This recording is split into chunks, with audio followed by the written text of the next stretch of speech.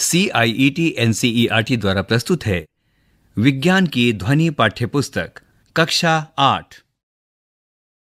विज्ञान कक्षा 8 अध्याय 4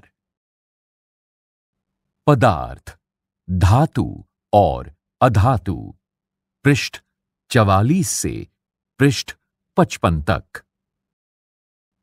तो आइए अब सुनते हैं अध्याय 4 पदार्थ, धातु और अधातु, पृष्ठ 44।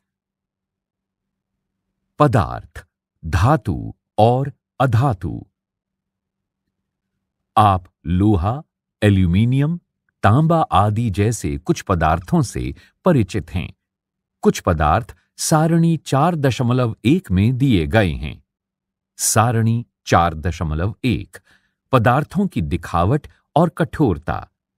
इस सारणी में 3 मुख्य शीर्षक हैं: वस्तु या पदार्थ, दिखावट, चमकदार या निष्प्रभ, कठोरता, बहुत कठोर या बहुत कठोर नहीं। इस सारणी में वस्तु व पदार्थ शीर्षक के नीचे कुछ वस्तुओं और पदार्थों के नाम लिखे गए हैं। आयरन यानी लोहा, कोयला, सल्फर यानी गंधक, एल्यूमीनियम, कॉपर यानी तांबा, और उसके नीचे रिक्त स्थान दिया गया है। वस्तु व पदार्थ के सामने 2 कॉलम हैं और वो दोनों खाली हैं। क्या आप उन पदार्थों के नाम बता सकते हैं जो धातु हैं? सारणी 4.1 में शेष पदार्थ अधातु हैं। धातुओं का अधातुओं से अंतर उनके भौतिक और रासायनिक गुणों के आधार पर किया जा सकता है। स्मरण करिए कि चमक और कठोरता भौतिक गुण हैं।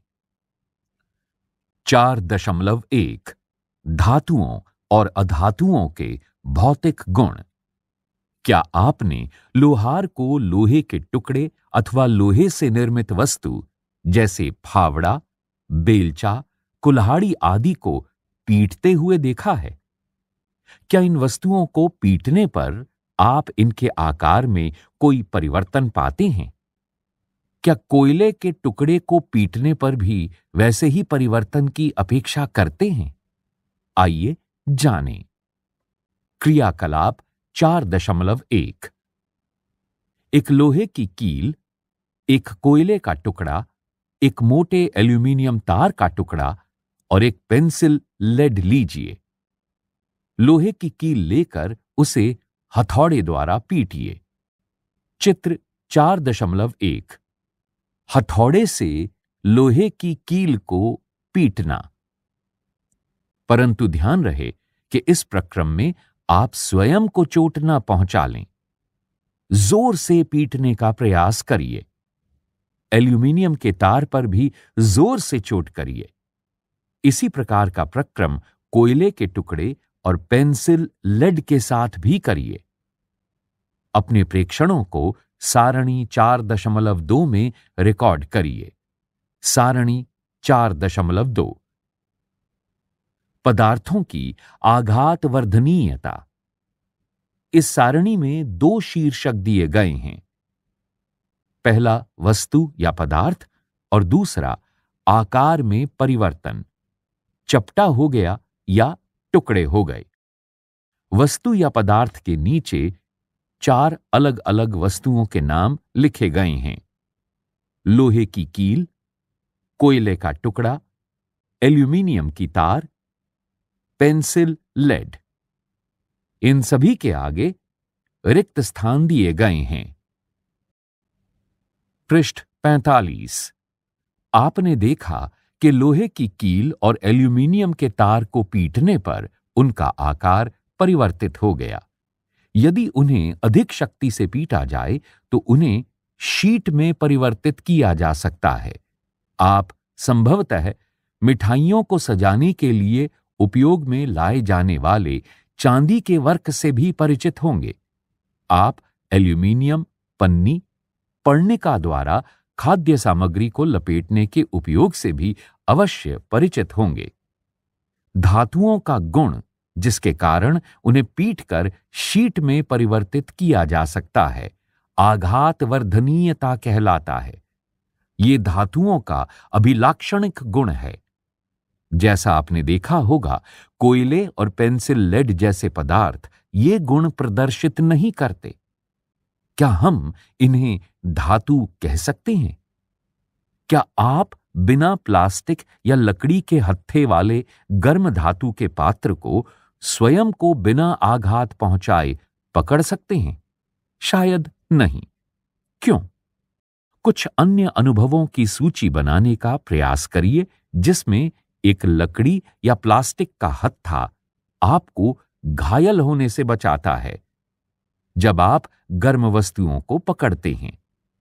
इन अनुभवों के आधार पर आप लकड़ी और प्लास्टिक द्वारा ऊष्मा के चालन के विषय में क्या कह सकते हैं? आपने एक विद्युत कर्मी को पेचकस से काम करते देखा होगा। उसका हत्था किस प्रकार का होता है? क्यों? आइए जानें। क्रियाकलाप 4.2। याद करिए, किसी वस्तु में विद्युत का प्रवाह होता है या नहीं, ये परीक्षण करने हेतु विद्युत परिपथ कैसे बनाया जाता है? चित्र 4.2 विद्युत परिपथ।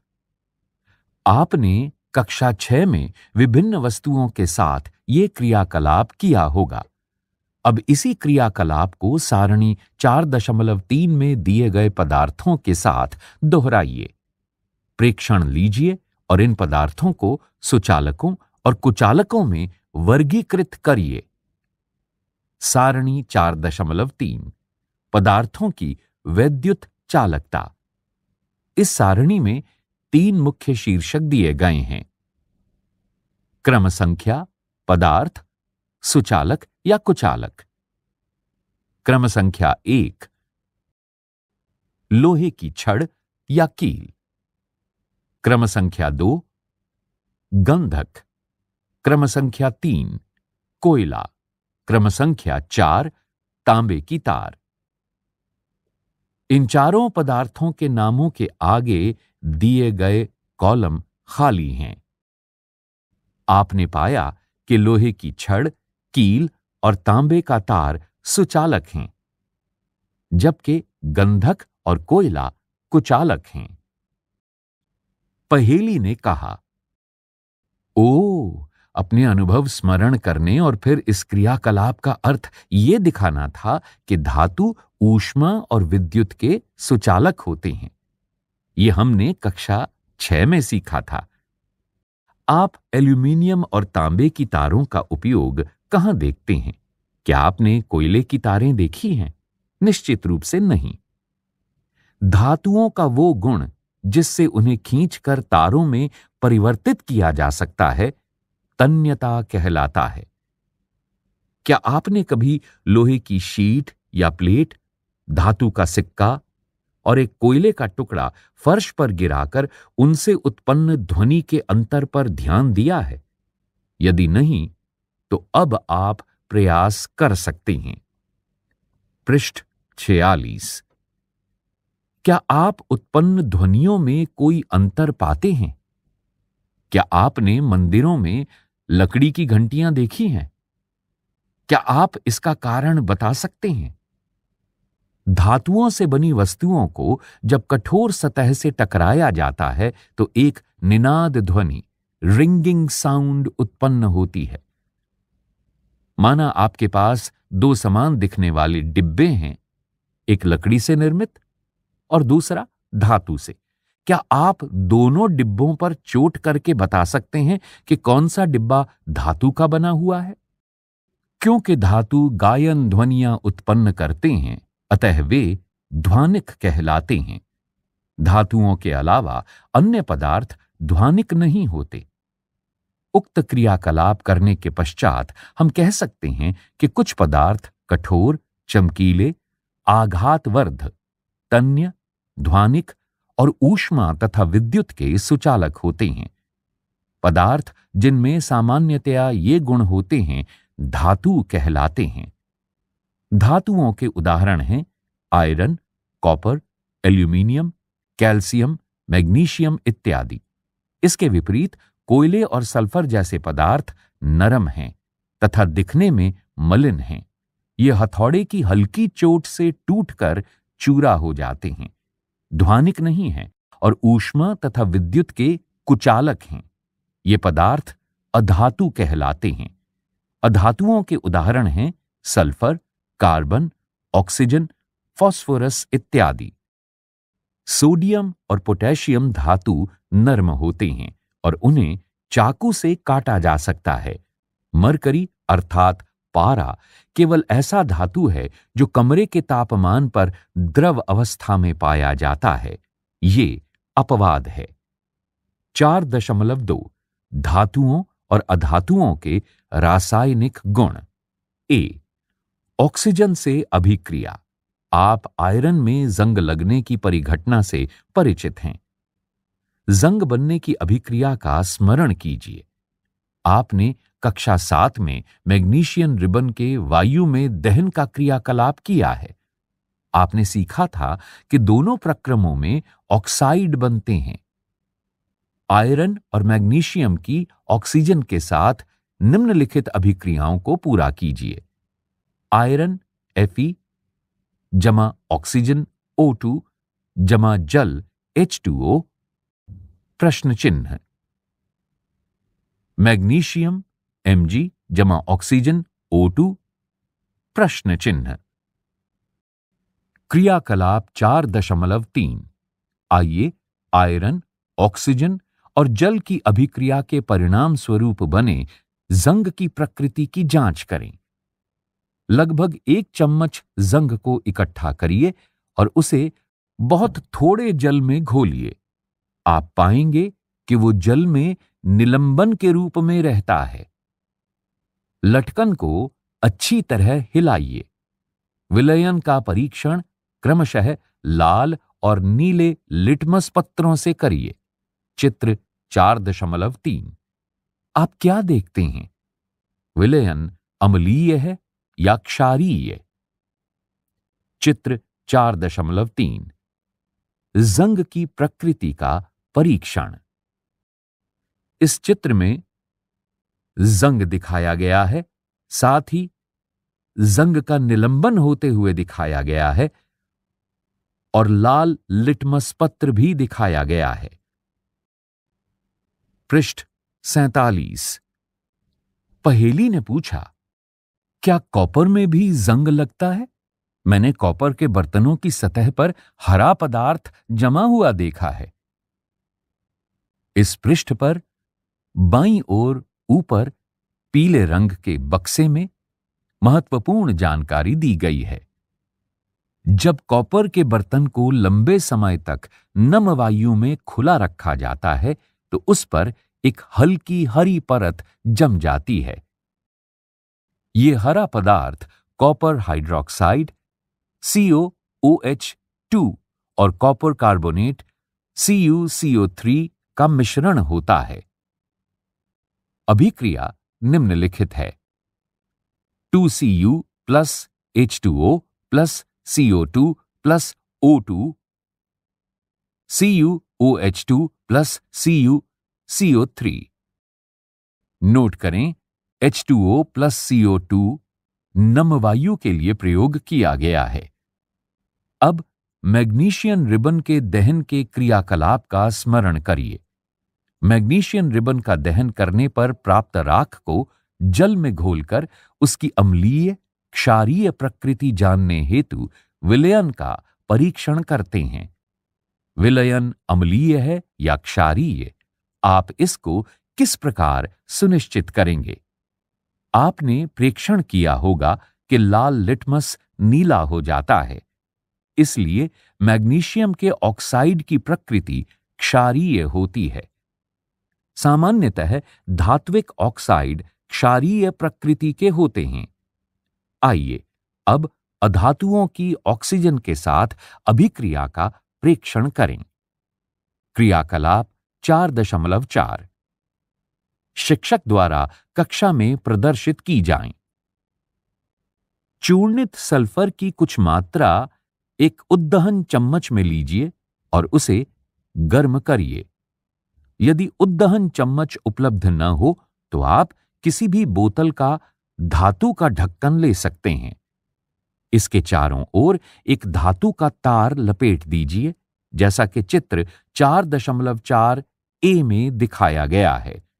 जैसे ही सल्फर जलना प्रारंभ हो तो चम्मच को एक गैस जार या कांच के गिलास में ले जाइए। चित्र 4.4 ए।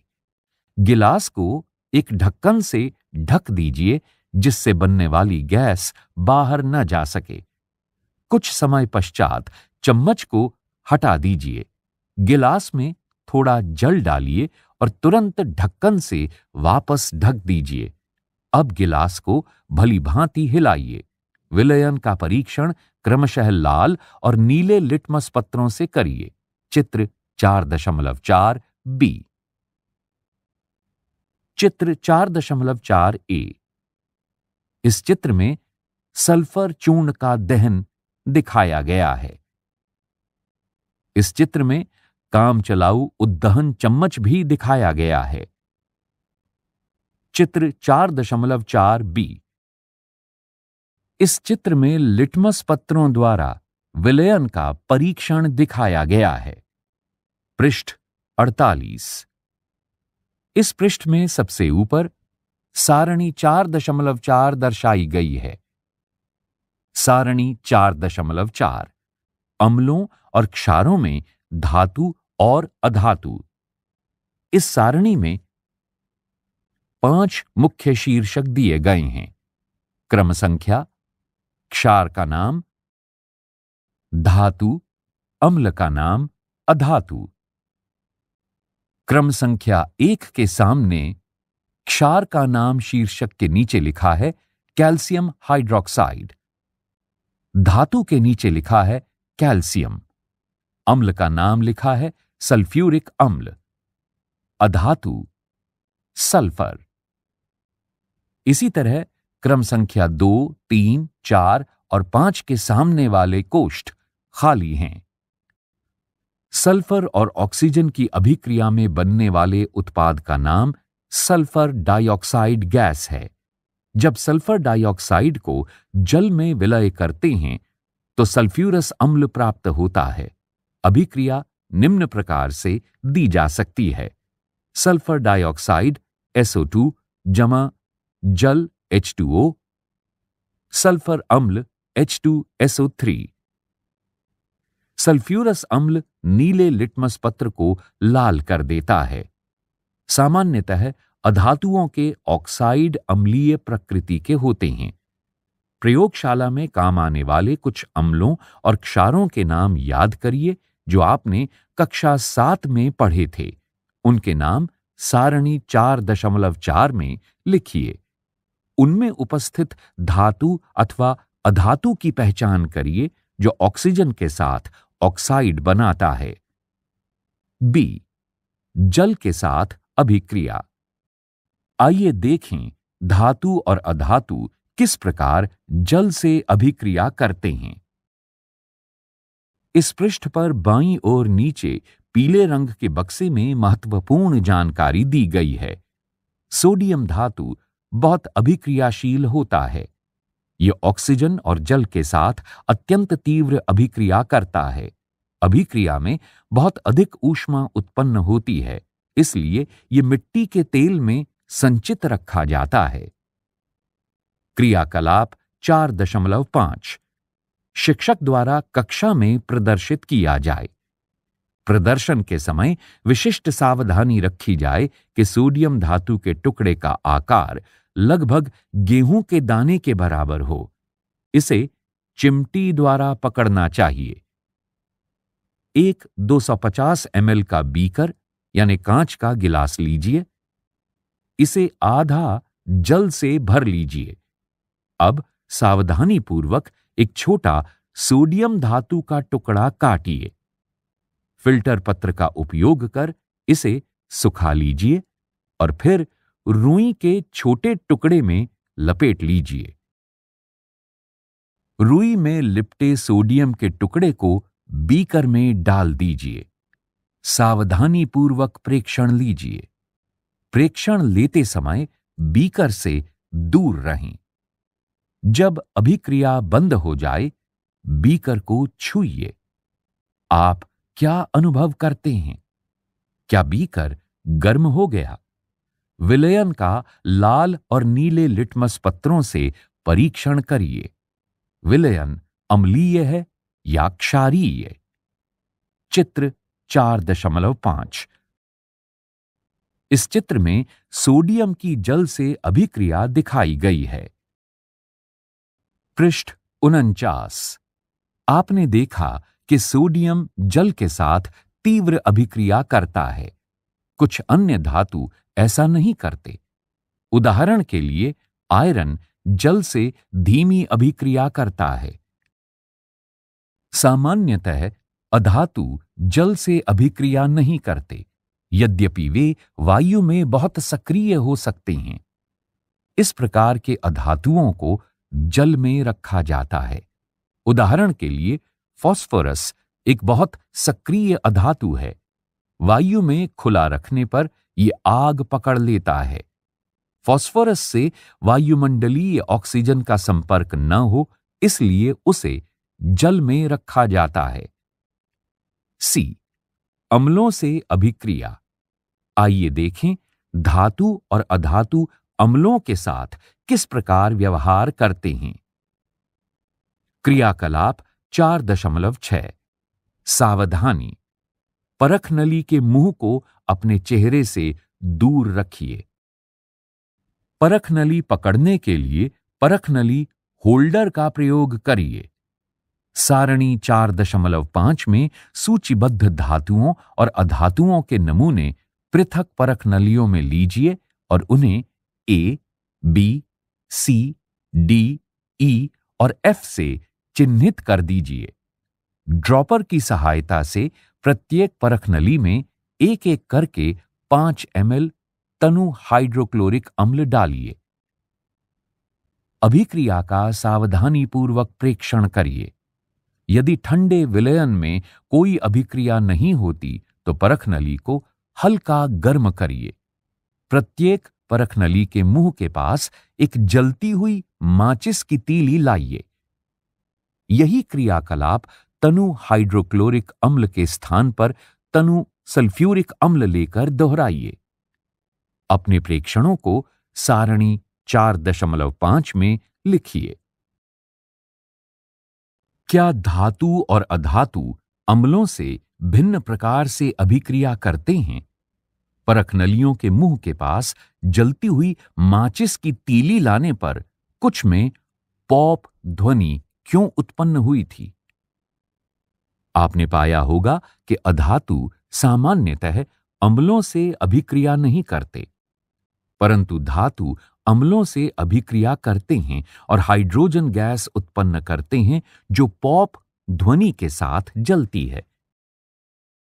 आपने देखा कि कॉपर तनु हाइड्रोक्लोरिक अम्ल से गर्म करने पर भी अभिक्रिया नहीं करता, परंतु ये सल्फ्यूरिक अम्ल से अभिक्रिया कर लेता है।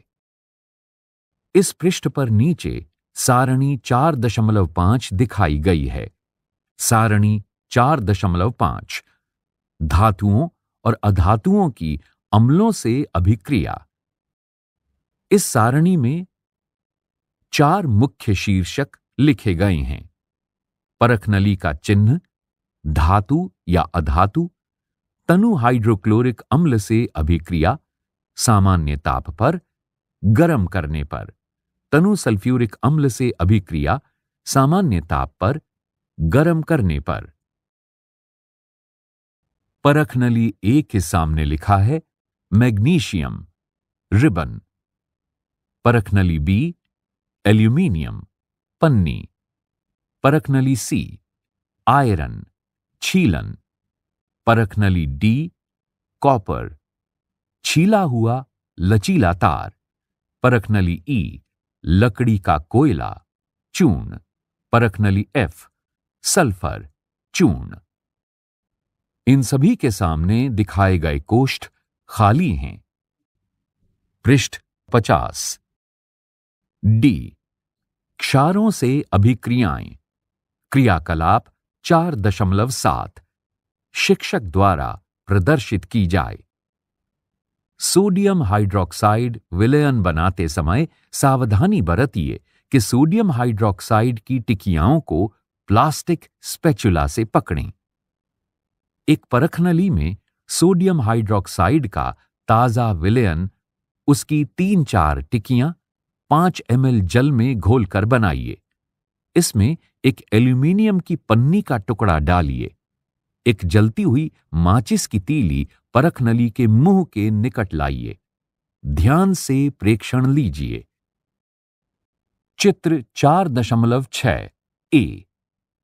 परखनली ए, बी, सी, डी, ई तथा चित्र 4.6 बी। परखनली ए, बी, सी, डी, ई। इनमें विस्थापन की अभिक्रियाएं दिखाई गई हैं। पॉप ध्वनि क्या दर्शाती है? पहले की तरह पॉप ध्वनि हाइड्रोजन गैस की उपस्थिति दर्शाती है। धातु सोडियम हाइड्रोक्साइड से अभिक्रिया कर हाइड्रोजन गैस उत्पन्न करते हैं। अधातुओं की क्षारों से अभिक्रियाएं जटिल हैं। ई। विस्थापन अभिक्रियाएं। कॉपर सल्फेट और आयरन के मध्य अभिक्रिया वाले क्रियाकलाप को याद करिए जो आपने कक्षा 7 में किया था। आइए उस प्रकार की कुछ और अभिक्रियाओं को देखें।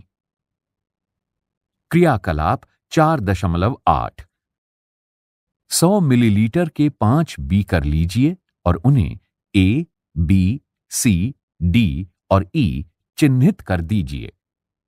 प्रत्येक बीकर में लगभग 50 ml जल लीजिए। प्रत्येक बीकर में चित्र 4.6 ए में दर्शाए पदार्थों में से प्रत्येक का 1 चम्मच डालकर घोल लीजिए। Beaker A. कॉपर सल्फेट जमा जिंक का टुकड़ा। Beaker B. कॉपर सल्फेट जमा लोहे की कील। बीकर सी। जिंक सल्फेट जमा तांबे की छीलन। Beaker D. आयरन सल्फेट जमा तांबे की छीलन। बीकर ई। जिंक सल्फेट जमा लोहे की कील। पृष्ठ 51। बीकरों को बिना छेड़े कुछ समय तक रखा रहने दीजिए। अपने प्रेक्षणों को नोटबुक में रिकॉर्ड करिए। आप विभिन्न बीकरों में क्या परिवर्तन देखते हैं? आपने पढ़ा है कि एक धातु दूसरे धातु को उसके यौगिक के जलीय विलयन से विस्थापित करता है। बीकर ए में जिंक कॉपर सल्फेट विलयन से कॉपर को विस्थापित करता है और इसीलिए कॉपर सल्फेट का नीला रंग अदृश्य हो जाता है और बीकर के पैंदे पर कॉपर का लाल चूर्ण जमा हो जाता है। अभिक्रिया को निम्न प्रकार से प्रदर्शित किया जा सकता है। कॉपर सल्फेट नीला जमा जिंक। जिंक सल्फेट रंगहीन जमा कॉपर लाल। आप इसी प्रकार बीकर बी में होने वाली अभिक्रिया को लिख सकते हैं। पहेली ने कहा, मैंने बीकर ए और बी में होने वाली अभिक्रियाओं को समझ लिया है, परंतु मैं अभी भी भ्रमित हूं कि बीकर सी, डी और ई में कोई परिवर्तन क्यों नहीं हुआ।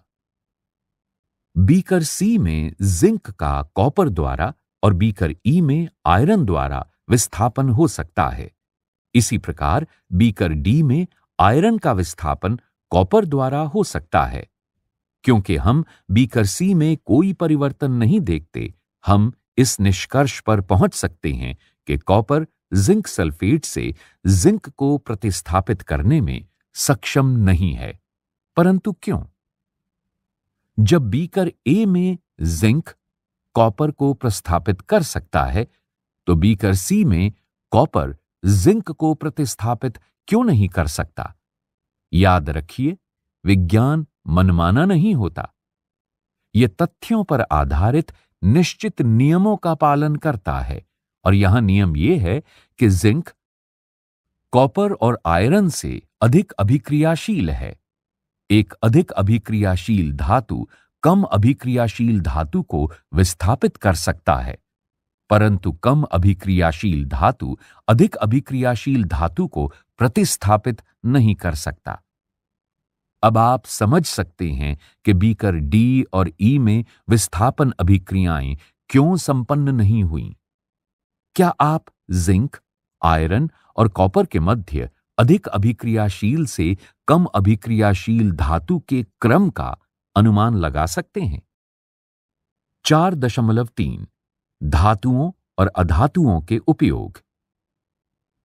आपको अनुमान लगाने में सक्षम होना चाहिए कि क्यों धातुओं का उपयोग मशीनें, मोटर गाड़ियां, वायुयान, रेलगाड़ियां, उपग्रह, औद्योगिक साजो सामान, खाना बनाने के पात्र, जल बॉयलर आदि के निर्माण में किया जाता है। आप कुछ अधातुओं के उपयोगों से भी परिचित होंगे। यहां कुछ रोचक उपयोग दिए जा रहे हैं। हमें विश्वास है कि आप उनका सही अनुमान लगा पाएंगे। अधातु, जो हमारे जीवन के लिए आवश्यक है और जिसे सभी सजीव श्वसन के समय अंदर लेते हैं।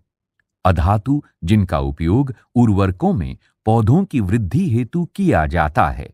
अधातु, जिसका उपयोग जल शुद्धिकरण प्रक्रम में किया जाता है। अधातु, जिसका बैंगनी रंग का विलयन एंटीबायोटिक के रूप में घावों पर लगाया जाता है। पटाखों में प्रयुक्त होने वाले अधातु। आप अपने अनुभव से धातुओं और अधातुओं के कुछ और उपयोग जोड़ सकते हैं। पृष्ठ 52। पहेली ने कहा, मैंने सुना है कि पौधों में मैग्नीशियम पाया जाता है। ये उनमें किस रूप में पाया जाता है?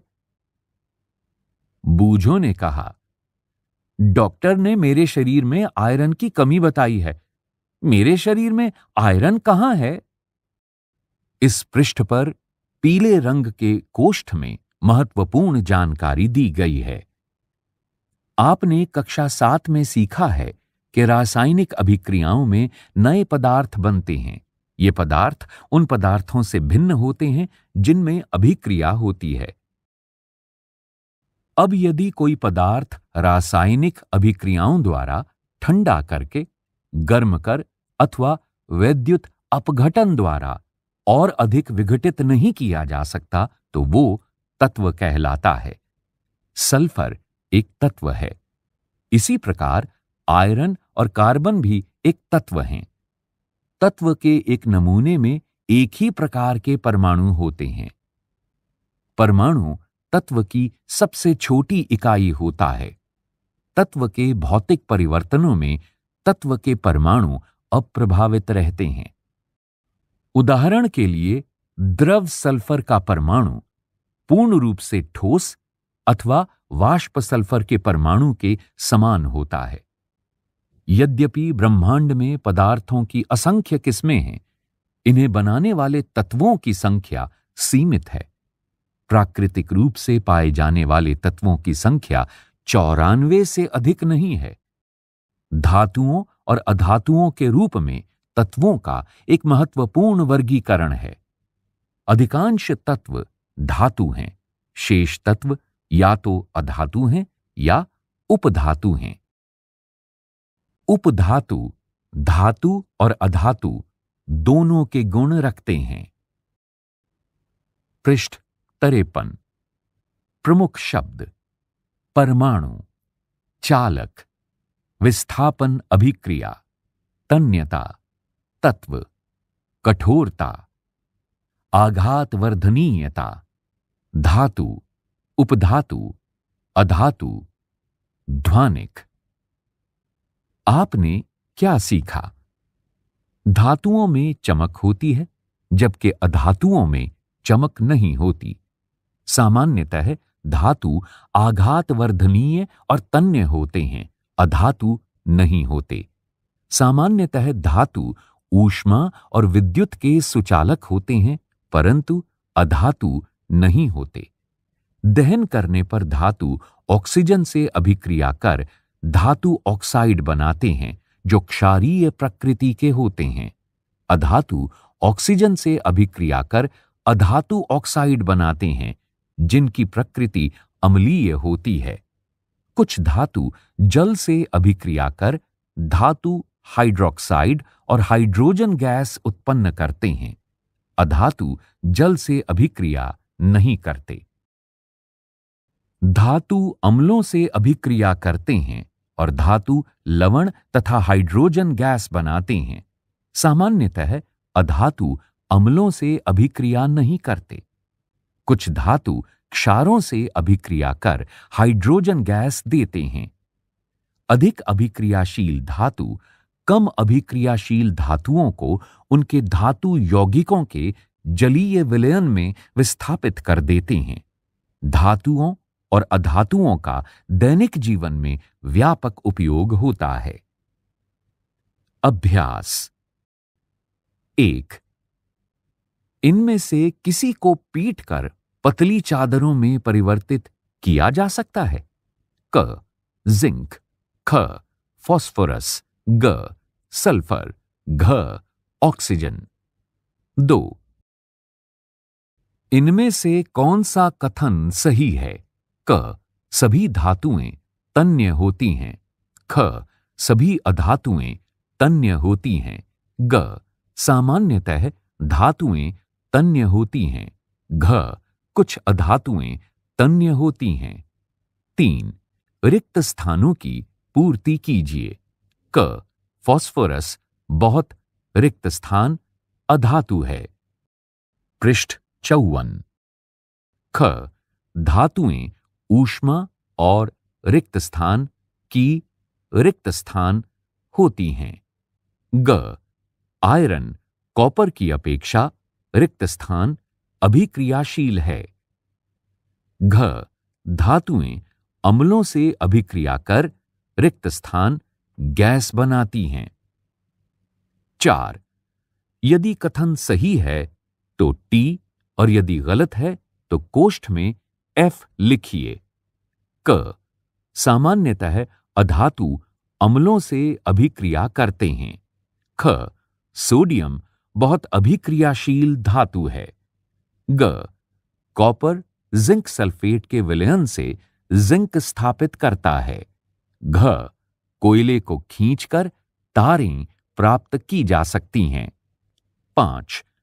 यहां दी गई सारणी में गुणों की सूची दी गई है। इन गुणों के आधार पर धातुओं और अधातुओं में अंतर कीजिए। इस सारणी के मुख्य शीर्षक हैं गुण, धातु, अधातु। गुण शीर्षक के नीचे 6 गुण लिखे गए हैं। 1 दिखावट, 2 कठोरता, 3 आघातवर्धनीयता, 4 तन्यता, 5 ऊष्मा चालन, 6 विद्युत चालन। इनके आगे खाली कोष्ठ दिए गए हैं। 6 इनके लिए कारण दीजिए। क एल्यूमीनियम की पन्नी का उपयोग खाद्य सामग्री को लपेटने में किया जाता है। ख निमज्जन छड़ें यानी इमर्शन रॉड धात्विक पदार्थों से निर्मित होती हैं। ग कॉपर जिंक को उसके लवण के विलयन से विस्थापित नहीं कर सकता। घ सोडियम और पोटेशियम को मिट्टी के तेल में रखा जाता है। 7 क्या आप नींबू के अचार को एल्यूमीनियम पात्रों में रख सकते हैं? स्पष्ट करिए। 8 यहां दी गई सारणी के कॉलम 1 में कुछ पदार्थ दिए गए हैं। कॉलम 2 में उनके कुछ उपयोग दिए गए हैं। कॉलम 1 के पदार्थों का कॉलम 2 से सही मिलान करिए। Column 1 gold, 2 iron, 3 aluminium 4, carbon 5, copper 6, mercury. Column 2, 1 thermometer, 2 बिजली के तार, 3 खाद्य सामग्री लपेटना, 4 आभूषण, 5 मशीनें, 6 ईंधन। पृष्ठ 55। क्या होता है जब क तनु सल्फ्यूरिक अम्ल कॉपर प्लेट पर डाला जाता है? ख लोहे की कील कॉपर सल्फेट के विलयन में रखी जाती है। संबंधित अभिक्रियाओं के शब्द समीकरण लिखिए। 10 सलोनी ने लकड़ी के कोयले का एक जलता हुआ टुकड़ा लिया और उससे उत्सर्जित होने वाली गैस को एक परख नली में इकट्ठा किया। क वो गैस की प्रकृति कैसे ज्ञात करेगी? ख इस प्रक्रम में होने वाली सभी अभिक्रियाओं के शब्द समीकरण लिखिए। 11 एक दिन रीता अपनी मां के साथ आभूषण विक्रेता की दुकान पर गई। उसकी मां ने सुनार को पॉलिश करने हेतु सोने के पुराने आभूषण दिए। अगले दिन जब वे आभूषण वापस लाईं तो उन्होंने पाया कि उनका भार कुछ कम हो गया है। क्या आप भार में कमी का कारण बता सकते हैं? विस्तारित अधिगम क्रियाकलाप एवं परियोजनाएं। 1 किन्हीं 4 धातुओं और 4 अधातुओं के लिए सूचक पत्रक इंडेक्स कार्ड तैयार करिए। पत्रक में धातु या अधातु का नाम, उसके भौतिक गुण, रासायनिक गुण और उपयोगों जैसी सूचना होनी चाहिए। 2 एक लोहार के कार्यस्थल पर जाइए और देखिए कि किस प्रकार धातुओं को ढाला जाता है। 3 आयरन, कॉपर, एल्यूमीनियम और जिंक की वैद्युत चालकताओं की तुलना करने हेतु कोई प्रयोग सुझाइए। प्रयोग करिए और परिणामों पर एक संक्षिप्त रिपोर्ट तैयार करिए। 4 भारत में आयरन, एल्यूमीनियम और जिंक के भंडार स्थलों की जानकारी प्राप्त करिए। इसे भारत के रेखाचित्र में चिन्हित करिए। ये भंडार किस रूप में पाए जाते हैं, कक्षा में चर्चा करिए। 5 अपने माता पिता, पड़ोसियों, स्वर्णकारों से चर्चा करिए कि आभूषण निर्माण में गोल्ड को वरीयता क्यों दी जाती है। 6 निम्नलिखित वेबसाइटों को देखिए और धातुओं एवं अधातुओं पर क्विज का आनंद लीजिए। chemistry.about.com/library/b10503003a.htm chemistry.about.com/od/tests_quizzes.htm www.gcsescience.com/q/qsmit.html www.corrosionsource.com/handbook/periodic/metals.htm इसी के साथ 18 अध्यायों की इस पुस्तक का अध्याय 4 यहां समाप्त हुआ।